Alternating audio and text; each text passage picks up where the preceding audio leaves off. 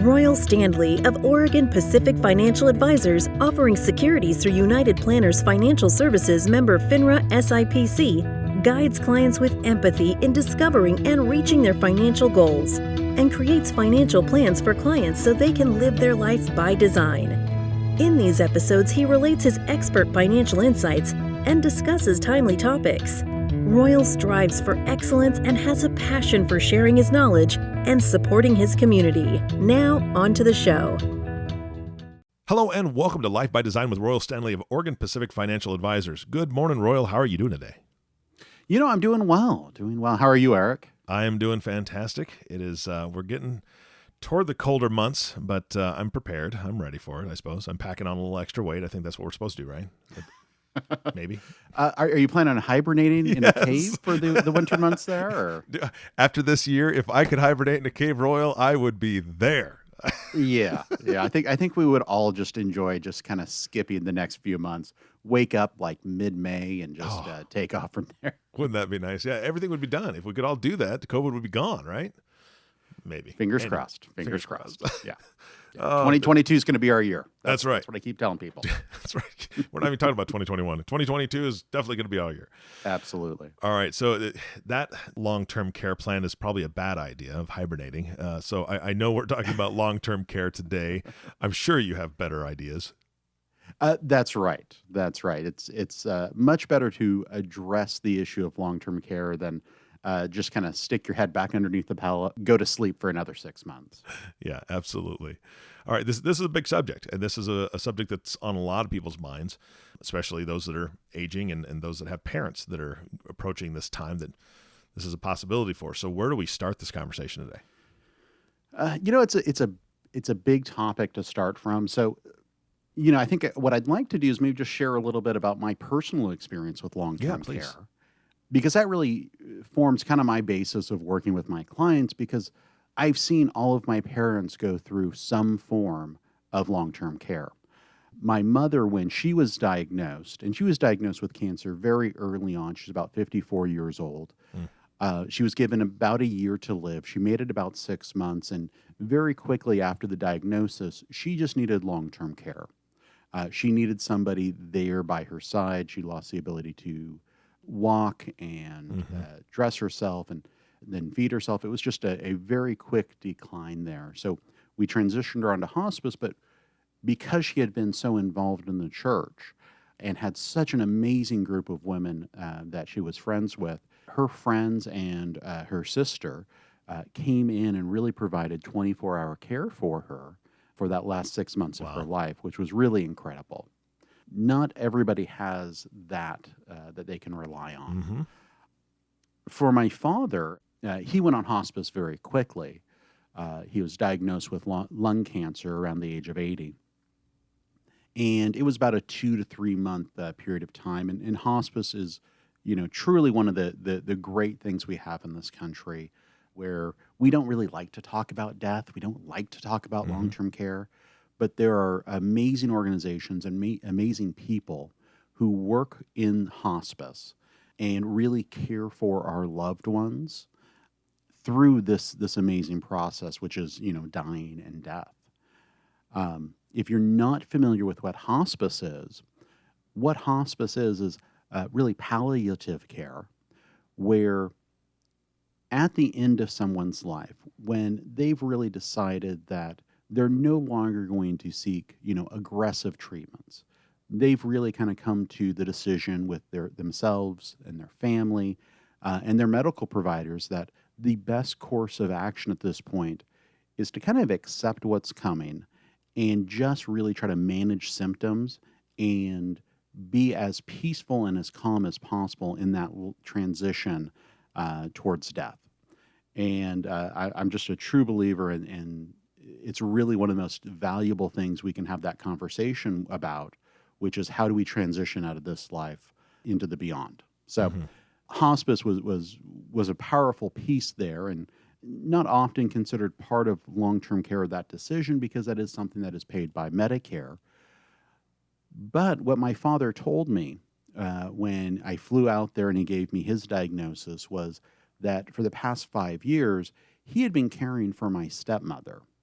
who had dementia and who was legally blind, and that was now going to fall on my shoulders. Wow.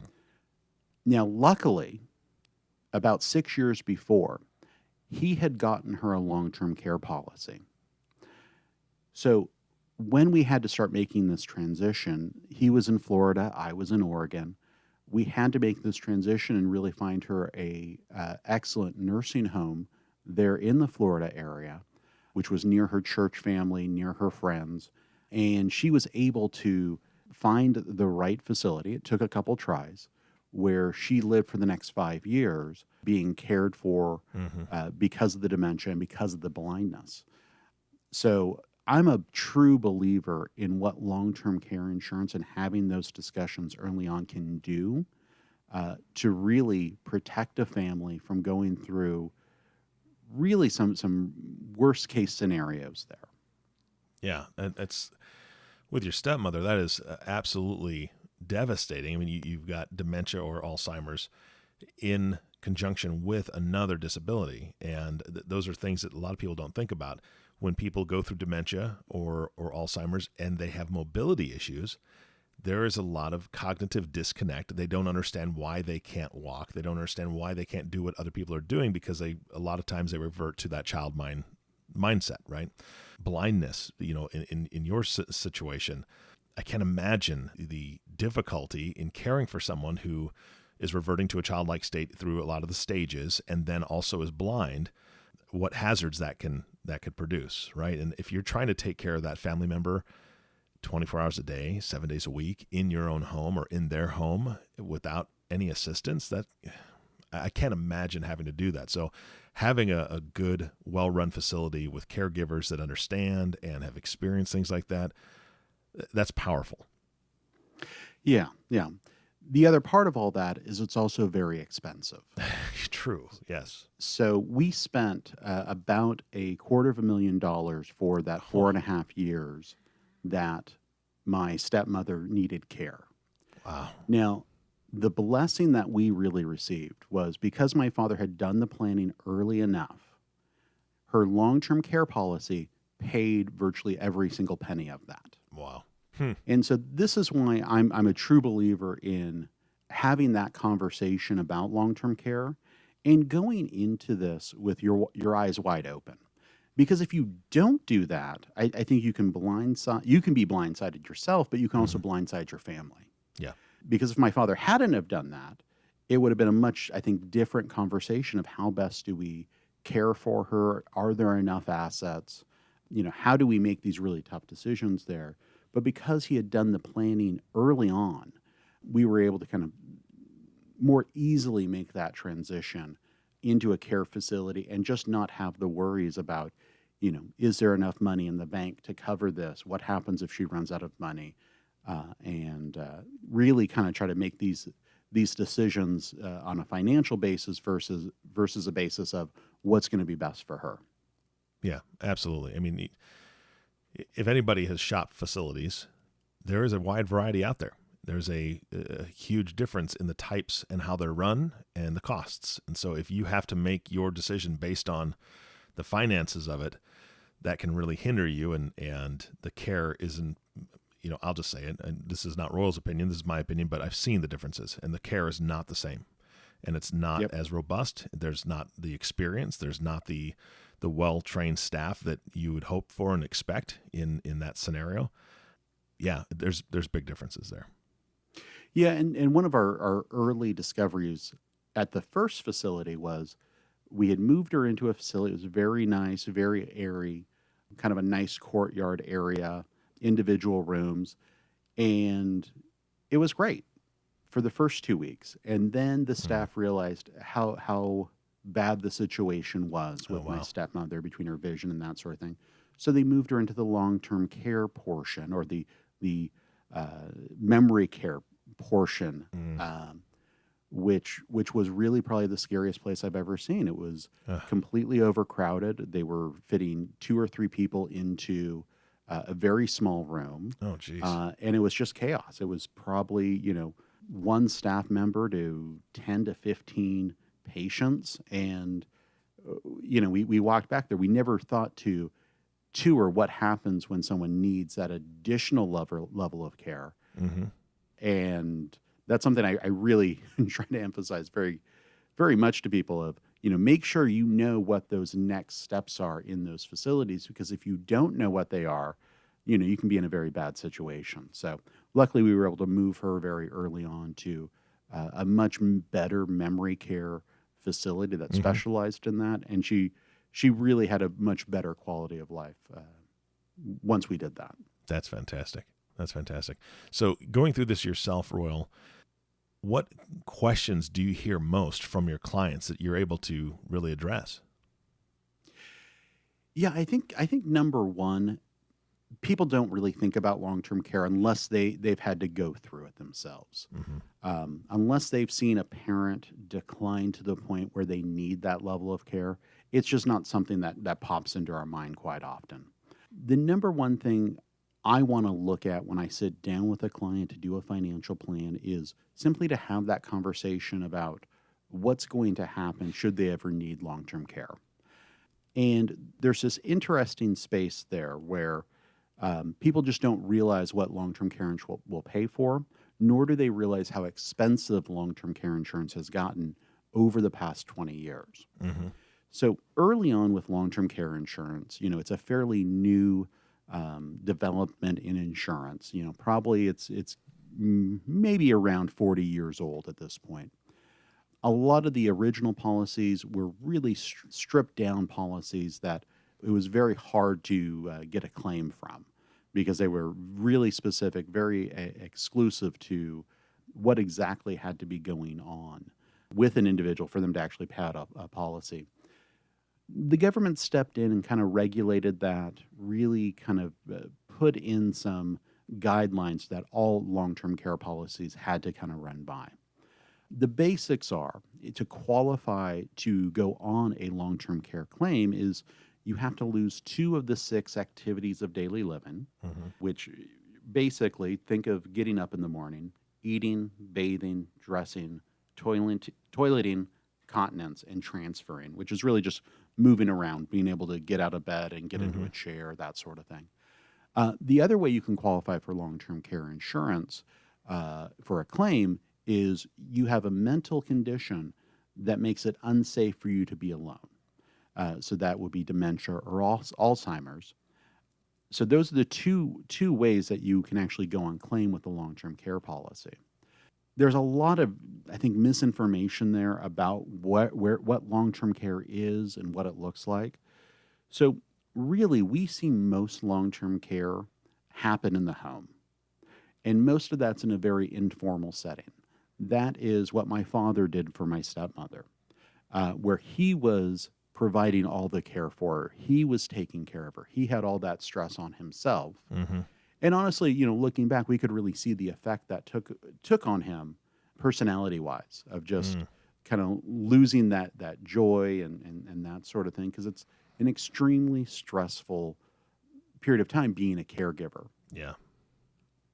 So most care starts in the home. Most care continues on in the home. Then you can kind of step out and look at assisted living facilities, which are kind of on that continuum of care. And then finally, nursing homes. Nursing homes really are the most expensive. They're the most comprehensive form of care there.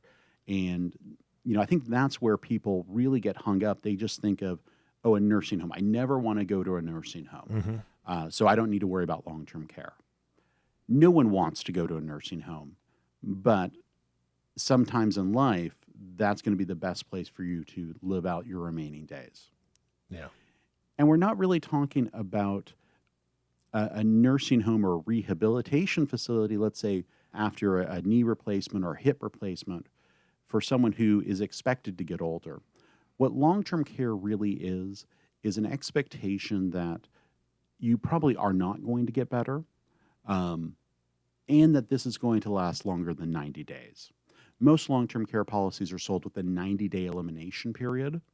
And what that means is you, as the policy holder, have to pay for the first 90 days of care before the insurance comes in. Think of that as the deductible you have to pay. Okay. before the insurance starts. Gotcha. Well, that could be a lot, Royal. How do you manage that?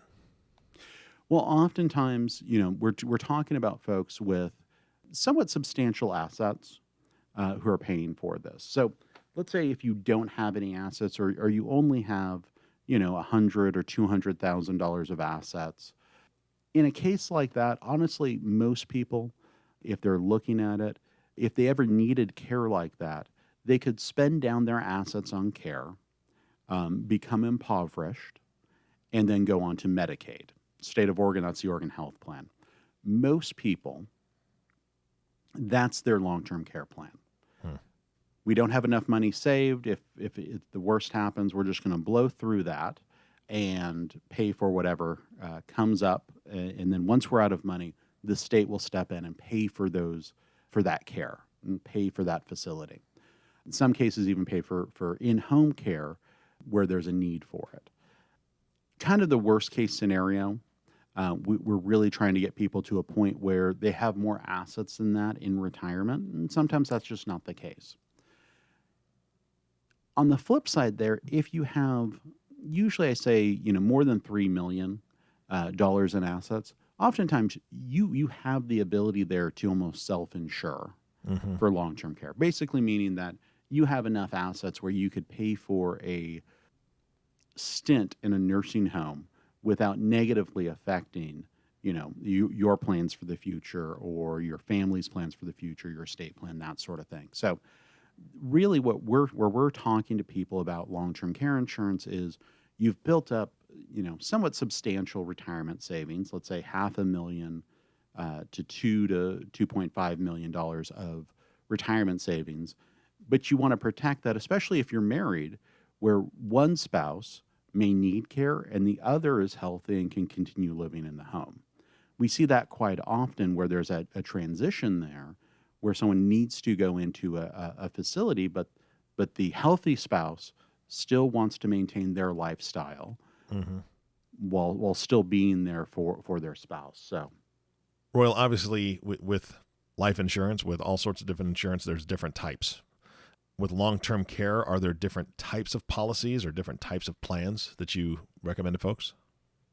There are, and we'll look at all of them when we're sitting down with a client. The basic form of long-term care insurance is just your standard long-term care policy. It really is insurance. You pay a premium to an insurance company. If you ever need long-term care, they will pay you out a benefit.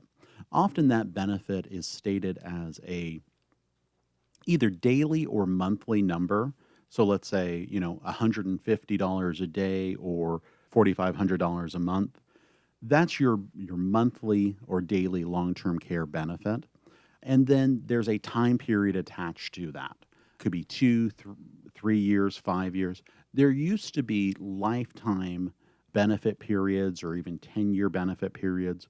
For standard long-term care policies, you just don't see those anymore because insurance companies have really wanted to limit their exposure to kind of those worst-case scenarios. The other piece that's very important with long-term care, especially if you're going to buy it early on in life, and we really want to have this conversation with people, late 50s, early 60s is kind of our sweet spot where we feel it's good to have that long-term care conversation and start making those plans, is you want to look at inflation protection. So you buy a $4,000 a month benefit today, let's say you're 60 years old, but statistically, you won't need long-term care for another 25 years. So is that $4,000 policy you buy today, is that going to be enough in 25 years? Are you better off maybe buying a little bit higher dollar amount, or are you better off buying inflation protection? Inflation protection is usually, either 3 or 5%, which increases your monthly benefit so that it keeps pace with the inflation that we see in the markets. Oftentimes, we kind of want to balance those two just to kind of make the policies as affordable as possible.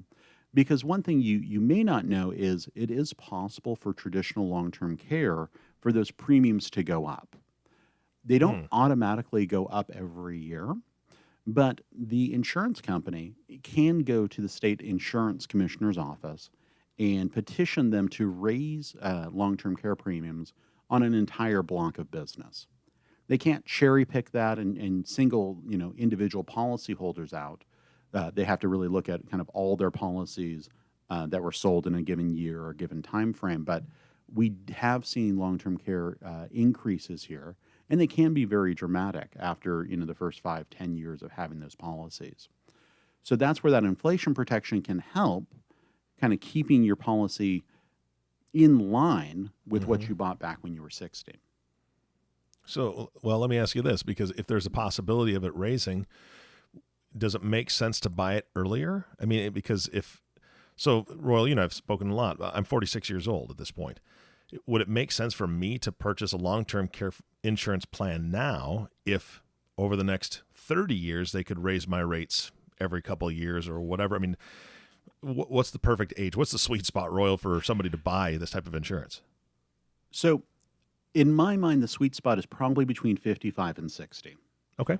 And the reason for that is you're old enough where you can kind of start seeing the need for long-term care. It's not immediate, but also between 55 and 60, you're hopefully still insurable. And that's the thing we don't want to wait for. Yeah. We don't want to wait for somebody to be 70 and then apply for long-term care. You can usually sometimes get long-term care at that age. It's going to be a lot more expensive, but the risk we see quite often is if you have a cancer scare, a heart attack, any sort of medical issue, it can disqualify you and make you uninsurable. So from an insurability standpoint, as well as a cost standpoint, kind of our sweet spot there is 55 to, let's say, 62 is really the times where we want to be looking at addressing that long-term care question for our clients. Gotcha. All right. So often with these long-term care policies, we're looking at a 3 or 5 year benefit period. And often I have people ask, well, what happens if I have a longer care need? That is a concern. We honestly just don't see that many long care needs. Most people, when they go into needing long-term care, on average, it's about a 3-year lifespan after entering long-term care. There are some that have lasted 10 years. My wife's grandmother lasted 10 years after a stroke. That does happen.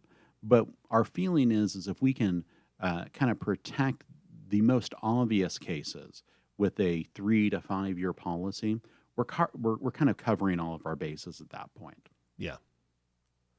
All right. Big question for you.